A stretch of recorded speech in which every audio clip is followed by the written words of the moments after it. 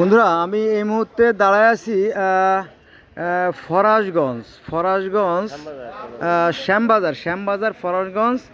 এই বিল্ডিংটার নাম হচ্ছে রূপলাল হাউস, তাই না? রূপলাল হাউস। এটা আসলে কাদের বিল্ডিং এটা বলাটা বেশ মুশকিল, কারণ এরা 71 সালে স্বাধীনতার ওই সময় দেশ ছেড়ে চলে গেছে। তো এখানে সুবিশাল বিল্ডিংটা দেখে আমার দৃষ্টি আকর্ষণ করলো আর কি। এলাকায় আমার আসা হয় না, যদিও আমি ঢাকাতে প্রায় 30 বছর আছি। তো কৌতূহল লাগলো যে একটা ভিডিও করি। বিশাল বিল্ডিং এবং বিশাল ব্যাপক জায়গা নিয়ে, আপনারা দেখলে বুঝতে পারবেন। অনেক বড় বিল্ডিং। হ্যাঁ, তো এই বিল্ডিংয়ের ওই পাশে আরও বিল্ডিং আছে, সেটা হচ্ছে নূরজাহান ভবন। ওখানে আমি গেছিলাম, তো ওখানে ঢোকা যায় না। নূরজাহান ভবন বিশাল সুবিশাল অট্টালিকা পড়ে আছে এখানে। হ্যাঁ, এরা হয়তো 71 সালে হয়তো এদেশ থেকে ওরা চলে গেছে, এমন হবে আর কি। একতলা, দোতলা, তিনতলা, চারতলা, পাঁচতলা মনে হয়, পাঁচতলার মতো মনে হচ্ছে আর কি। আর এখানে যারা ব্যবসায়ী, এখানে এক ভাই আছে, তার সাথে কথা হলো। ভাইয়ের নামটা কি? নুরুজ্জামান। এই নুরুজ্জামান ভাইয়ের সাথে কথা হলো। উনি এখানে প্রায় 40 বছরের মতো আছে আর কি। তো এইসব বিল্ডিং দেখলে মনে পড়ে যায় সেই যে রবীন্দ্রনাথ ঠাকুরের লেখা সেই যৌতুগৃহর কথা মনে পড়ে যায়, যে জমিদাররা অনেক আশা করে এগুলো করে, পরে একসময় দেখে আমাদের একসময় চলে যেতে হয় প্রকৃতির ডাকে। তো আমি একবার আপনার প্রধানমন্ত্রী শেখ হাসিনার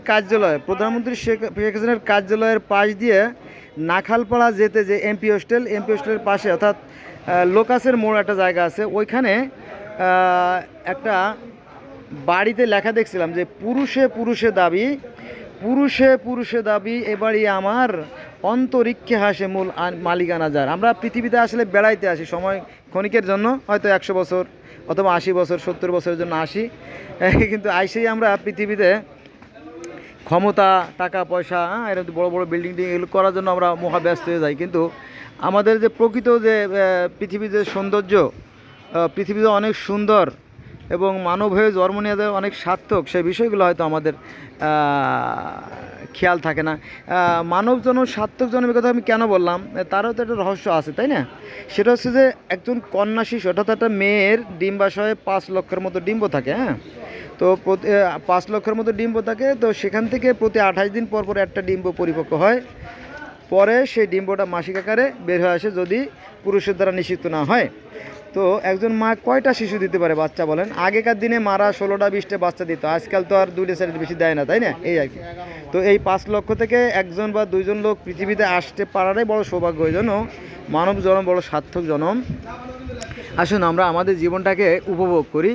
আমরা ধনের মোহ বা ক্ষমতার মোহ বা এইগুলো লোভ না করে জীবনটাকে নষ্ট না করি। এগুলো পড়ে থাকবে,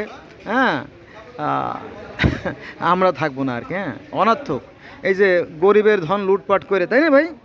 গরিবের ধন লুটপাট করে অনেকে বিশাল অট্টালিকা, যেমন আমাদের ডিবি হারুন সাহেব বিশাল প্রেসিডেন্ট ভবন করে গেছে। তারপরে র্যাবের আইজি বেনজির সাহেব, উনিও লুটপাট করে অনেক কিছু করে গেছে।